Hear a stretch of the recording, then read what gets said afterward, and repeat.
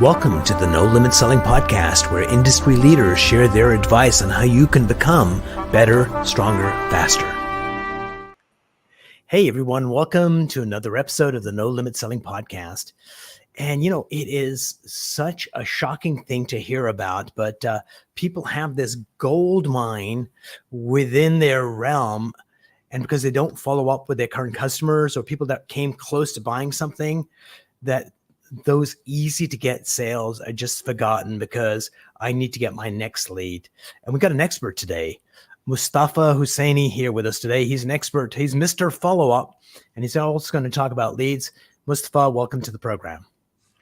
Thanks, Omar. Great to be here. Looking forward to our conversation. Thanks for the warm welcome. You are welcome. We're welcoming everybody. We're welcoming our guests. We're so open because we want to do follow-ups.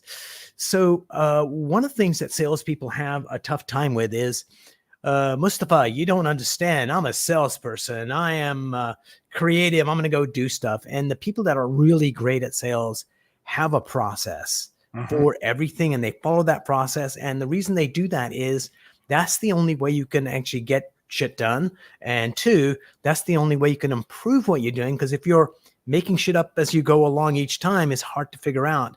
So talk to us about the need for a follow-up process, and maybe showcase what a follow-up process could look like. For sure. Can I share some numbers and stats? Well, please. Okay. So studies show that about 40 to 60% of salespeople, depending on the industry and the company, follow up only once and they stop. And research and study and experience shows that most sales are closed within the 5th to the 12th contact, about over 80% of it. Right. So most salespeople live a monumental amount of money and deals and customers on the table. And so what they do is they go through the effort of finding that lead, finding the prospect, and then they give up on that prospect way too early. Okay. Before we go further, I'm going to let you continue, but this is a perfect example of mindset coming in. It's like, oh, I don't want to bother them. They don't want it. I better go find somebody else. So in my experience, it's all what's happening inside their own head that causes this behavior. From your experience, what do you think the reason is why people don't follow up enough? 100%. So I deal with this all the time. I don't want to bother them. I don't want to be pushy. I don't want to be salesy. I don't want to appear like a pest, and I don't want to be, bugging them too much. So here's a fact. Let's review the whole process. We did a bunch of marketing efforts and advertising efforts to attract someone, saying, hey, here's what we offer. Here's a pain or challenge that you have, and we can potentially and possibly help you fix that challenge. That person then comes through, and in other ways, they do some search and research and they come through different avenues. The person shows up and they show vulnerability, saying, hey, they raise their hand and say, I have a problem, I have an issue, I have a challenge, and can you help me? Let's look at your process and your solution. So you have a conversation and this person says, let me think about it. Let me talk to my wife. Give me time to digest this information. What do we do then? We just give up on them. And we say, I don't want to be pushy. So my response is, don't be pushy. If you don't want to be pushy, don't be. If you don't want to be salesy, don't be salesy. Although there is nothing wrong with being salesy. I mean, there's a line between being a pushy and aggressive salesperson versus a salesperson. But let's talk about bothering them. So someone showed up and said, I have a problem. Can you help me? And I said, I don't want to bother you. I don't want to hurt your feelings. Like, dude, I have a problem. Imagine going to a doctor and say, doctor, my shoulder hurts. And doctor says, I don't want to bother you. You'd be like, doctor, what kind of nonsense is that? Fix my shoulder, right? And so the fact that you're following up, if you follow up with people in a nice, friendly, nurturing way, you're not bothering them. And please hear this. You're bothering them by not following up. Why? Because they still have the problem. They still have the challenge. and you're sitting back, checking your Facebook and Instagram, saying to yourself, I don't want to be pushy and salesy. So just to add to that, a couple of things. I was at this meeting of a sales team I was coaching, and this one gentleman got the deal, and his boss said, well, how many times did you have to follow up? He said, I sent 21 texts. Yeah. And all of them were ignored to a large degree, but there was still like a being on their mental radar, but they were just ready for it on the 21st reach out. They were like, oh yeah, I want to sell this. Please call me back. Let's move forward. And if you want to stab yourself in the heart, this is the best way to do it, dear listeners, is do not follow up. And then you eventually do. And the customer says, oh my God, I just closed a deal with someone else. Mm-hmm. And you're like, shit, had I followed up and stayed in touch over the next 3 months, that $30,000 worth of commission would have been in my pocket with my family, because I didn't do that. So A, you're not bothering them. And number two, sometimes it's people going to think that I'm needy or I'm greedy, and it's whatever stories we tell ourselves. But we're going to talk about how to overcome that in a minute. But before I let you go on with the answer, let's just do a quick shout out to our sponsor, because it's all about mindset. If you're ready to let go of anxiety, let go of uncertainty, let go of doubt, Mindset Boosters gives you the ability to decide how you act and feel in any situation. Ready to take charge of your mindset? Go to mindsetboosters.com. So we're not bothering them. We're not bugging them. Now what? Like, what's a good strategy to do a follow-up process? So depends on the situation, but typically if you follow up with them once a week, that's a good start. If you just had a fresh conversation and you guys agreed to following up the next day or within 2 or 3 days, that is perfect. Nothing wrong with that while it's fresh and they're thinking about it. And I've heard and I've seen this time and over, where the salesperson or the business that followed up and stayed in touch most consistently and showed most interest and provided most value in that process typically got the sale, got the business, right? They win. And because they showed genuine interest. I actually literally read a story from a friend of mine who left a review on someone else's. It was an auto dealership. And she said something to the effect of, I did business with Nima because out of all the dealerships that I visited, Nima showed most interest. He followed up the most, and he was always available and responded most quickly. Most other dealerships took days to respond, if they ever responded. And that's why Nima, in this case, got the sale. And so here's how we do it. Can I share some strategy on how to overcome the fear of follow-up? No, please don't. We wanna be stuck. All right. So here's how to overcome the fear. So usually people have a fear because they don't know what to say. And they don't want to be like, hey, are you ready to buy now? Are you ready? Have you made a decision? Did you talk to your wife? That's tough to say. So here's the easy way. What we do is we send stories to our customers to educate them as a way of follow-up. Example, today I was talking to a client, to a prospect. Prospect is sitting on a list of 50,000 customers. And I asked them, John, when was the last time you called your entire list? John, never. Oh, do you think that's serving and helping you? No. Do you think that's serving and helping your customers? No. So we decided to, how I'm sharing a story about the results and stuff like that. So we're educating the customer via stories. Here is the strategy there. One, we are hardwired on stories. People love stories. And okay, if you stop right there just for a second. We're going to go in that. What you just shared with me wasn't really a story. It was a set of questions. A story would have been, let me tell you about Joe. Joe did da-da-da, and he killed it. And I think that would work for you as well. So first one you did was more advice versus story.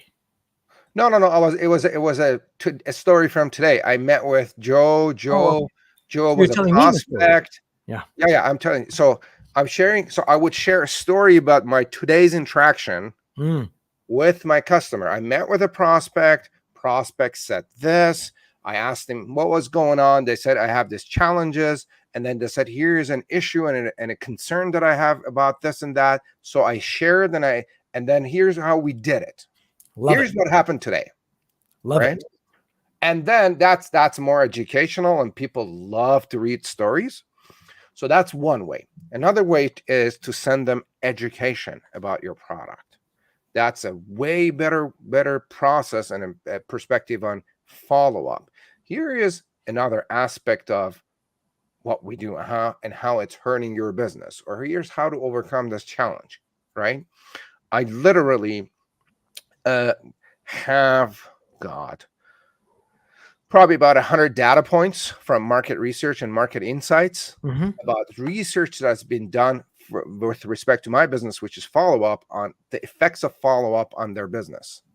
So every week or every day, if I needed to, I could send a new data point and say, study by sales.com says XYZ%. Now, let me share with you how this applies. And I can even attach that to a story in what we are experiencing. See, that's a lot easier I to love send that. to a customer. And you're also providing insight, which I think is an incredibly important aspect of what we do as salespeople. Is we can tell them a story, which is nice. We can give them data, but what you just did, this is what it means for you, is huge. Yeah. And it's a lot easier. You can even pick up the phone and call a prospect and say, Omer, I just came across a research that we just did recently. And here's a fact that I found. Check this out. Only 1 out of 26 unhappy customers will speak up. The rest of them will fade away in silence and you will lose them. Do you have a process to find unhappy customers and address them as fast as possible? Nope. Let's talk, Mustafa. Yeah, that's Right. brilliant. Are you losing customers? And the answer is typically no, which is like I love Chris Voss's no oriented questions. Do you have a Mm, process to do this? No, I don't. All right, great. Would you be against talking about it and see how we could fix this? See how that was a lot easier versus have you decided to buy my shit? mm. Right. And then I can even tie that. So as a matter of fact, a story is that yesterday I was looking at numbers from an existing customer. And every day we are updating contact information. And in this case, about unhappy customers, we're booking between 10 to 20 appointments with unhappy customers to address their issues. Mm. Why? Because we're calling them. Now, the chances of us booking 10 unhappy customers a day is pretty much near zero based on this research. Do you have a process to find unhappy customers?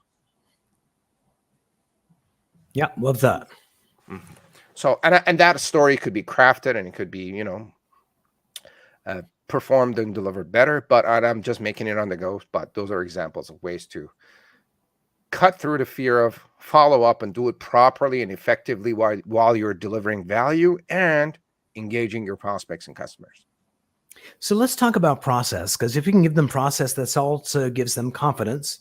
Mhm. And there's a step by step thing that they need to do. So walk us through a process that you might develop for a client. So here's what we do with existing customers, because we specialize in follow-ups with people that are already on your list. Mm, Okay, so let's talk about existing customers. Here's a process. We call the entire list every 4 months, right. Every 4 months. every 3 or 4 months, depending on the business. And this is a very friendly and nurturing call. And we're getting massive results out of it. Here's why. A couple of reasons behind the strategy and the results that we're getting. One, customers always have a need to do business. Depending on the business, customers always have referrals that we want to teach and encourage them to do it. And another piece that makes it viable is like these guys already know, like, and trust us. So, and I want to maintain and keep that relationship for repeat Right. business, referrals, and the rest of it. And then because they know, like, and trust us, our conversion rates on these calls are between 6 to 10 times higher compared to new lead generation. Let's Huge. say you're my customer, you bought some from me last year, 4 months ago. It is a lot, between 50 to 70% easier to convert you to buy again and or to refer a friend compared to talking to somebody that has absolutely no clue who I am and trying to convince them to do business with me. So that's Brilliant. one process. Once every 3 to 4 months, call your entire list. So, talk to me about LinkedIn and emails and texts and voicemails and phone calls. Do you have any kind of pattern around that, or mix and match? Like, For sure. what's your thinking about that? If you're following up with prospects, like someone came in and you had a sales meeting with them, and they're thinking about it. You could follow up with them every week via a different channel. Week 1, email. Week 2, direct mail. Week 3, phone call. Week 4, LinkedIn. And just cycle through that. Email, direct mail, phone call, LinkedIn. Now, you don't have to do all of it. Pick and choose the one that you like. For example, right now I am alternating between email and phone calls.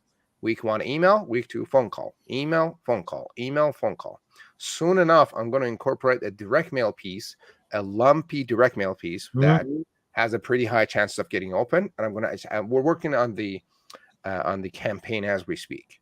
So once that is in and we put it in the mix, that's just going to add it up. So a lot of a big issue where people get stuck in marketing and other stuff is like, Joe Smith, the big shot of the industry, is doing it with a 37 variable marketing approach. Like they're doing a whole complex issue. I need to build a campaign just like him before I get it started. And that takes 37 years to build, right? So if you could just do phone calls, just do a weekly phone call follow-up. That will work. Add email to the mix. Those are so easy. And it is effective. People are getting responses out of it. So that is some examples of things you could do. And then before I forget, like I mentioned in LinkedIn, it's so easy to go on LinkedIn and friend them and like their stuff and comment on their post. It takes 30 seconds. You do that once a week for 100 people, you're good to go. And just dear listeners and viewers, when you do a comment on LinkedIn or any other platform, your articles are so insightful and you're so big and you're so strong. You can tell when somebody has not read your article and is just basically trying to butter you up. And that makes people turn off and run away. So if you're going to do it right. And the best way to do it is, I think, provide insight. If there was an article that they did, you can say, hey, thanks for writing that article because it got me to rethink what I'm doing here, or that reminded me of this quote, or something that gets them to think back. And at that point, you start a conversation, a discussion. For sure. I mean, you could smell it. Someone is not being genuine. Absolutely. So before you can get to all this follow-up nonsense, gold, you need to get prospects. So Mostafa, what are some strategies to get leads through advertising on? What would you recommend for business to business? Would it be LinkedIn, Instagram? Depends on the industry. My favorite strategy is creating a Dream 100 list. That's what I learned from Chet Holmes. Good guy. Great book. Great $1 Million Sales Machine. The Ultimate Sales Machine is the name of his book. Interesting. Does he have another one? The $1 Million? I thought it was the $1 Million Sales Machine. No, the Ultimate Sales Machine is the name of his book. Okay, I actually know I'll fact check you, but please go ahead. Describe it. So first time I heard about this was from Russell Brunson. He has a video on YouTube where he explains the process pretty thoroughly. So if you search Dream 100, he explains it there. So you create a list of 100 prospects that you want to work with. These are your ideal customers, and you send them just like what I talked about, a direct mail, call, email, one a week. Again, you want to educate them, you want to send them stories, you want to provide value, and you stay in touch until they become customers. And the point to pay attention to is when Chet explains this process in the book, he says he did it between 4 to 6 months. He did it for 4 months, and then he got his first customer after 4 months of doing this. Typically, people want to do something along the lines of, what's one email that will make a killing and turn me into a billionaire overnight, right? Yeah. But it's a long process. It's a nurturing kind of farming approach. And then through that process, he converted most of his Dream 100 list eventually. So that's my favorite lead gen process. Absolutely. And I like that one too. And I think if I remember, and you're right, it's the ultimate sales machine. Why did I doubt you? If you look at that, it was like, do your business as usual, but your Dream 100, even if you get 2 or 3 of those people, it'll make you a year kind of thing. So you don't have to wait for the 4 months or 3 months till you start getting results. Do your day-to-day stuff. And then as I look out of the window, I see Salesforce's office just down below me. It's downtown Toronto. And there's a couple of insurance companies here. So that would be the thing to do, is to figure out a nice process to get them going. There was a TV station that I had heard from one of the reporters that there was a nightmare between the general manager and the news people and the salespeople, and it was just awful. So one of the touch points I ended up doing was sending a fire extinguisher. I hear you have a lot of fires. We can help you put them out. Nice. That's pretty cool. Got a return phone call, got a meeting. That is a good one. I love it. Superb. So talk to me about advertising. What kind of ads have worked well for you and your customers? I am not an advertising guy. Not my main thing. And I'm going to be honest. Most of my business comes through relationships. Love it. And so I ran a marketing agency, and I've done a whole bunch of stuff. But I'm a face-to-face guy. I get most of my customers through, like, I would pick a Dream 100 list and keep going after that list. I would send them messages, call them, and all that. That's what works for me and matches my personality. I get customers through referrals. I'm kind of like an old school guy in that sense, and then I go to a conference, maybe speak at a conference. I meet a bunch of people, follow up with them that way. That's how I do most of my lead generation: speaking, networking, referrals, and direct, literally cold calling the people I want to work with. Love that. And by the way, I'm going to hook you up with a guy called Brian Shirley. He's writing a book of the lost art of face-to-face selling. And I think you'd make a really good chapter in that book. So I'll do the intro as soon as we get off the show. But Mostafa, you wanted to share some tools and techniques with our viewers and listeners before we part company. What do you want to share with them that could help them be better salespeople? For sure. So I'm sharing the checklist to my upcoming book called Simple Retention Formula. This is a checklist that people could get to basically check it out and improve the customer retention. Here, can I share some numbers here? Please. About 80% of your sales or future sales will come from 20% of your existing customers. And what the problem and issue that we see is people spend more than 80% of their time and money on new lead generation while ignoring their existing customers. So this checklist will help you basically, improve your customer retention. And I'm going to put the link here in the chat box so you can share with your audience. All right. For those who are, do that. Those who are listening maybe later, the link is persyo.com/VQ. That is PERSYO.com/V as in vector, key as in coat or Cora. Oh, by the way, we've got a shout out from Fred Diamond saying, hey, both of you have been on my podcast. Hey, yes. Fred, how's it going? Good to see you, Fred. And Fred, in the comments he wrote, Dumar, you're a lot more better looking than Mostafa. Okay, he didn't say that. I just made that up. Mostafa, we're going to wind this thing down. Stay on the line with me so we can just have a quick chat before we part company. And thank you so much for being on the show. Thank you. Great to be here. Thanks for having me.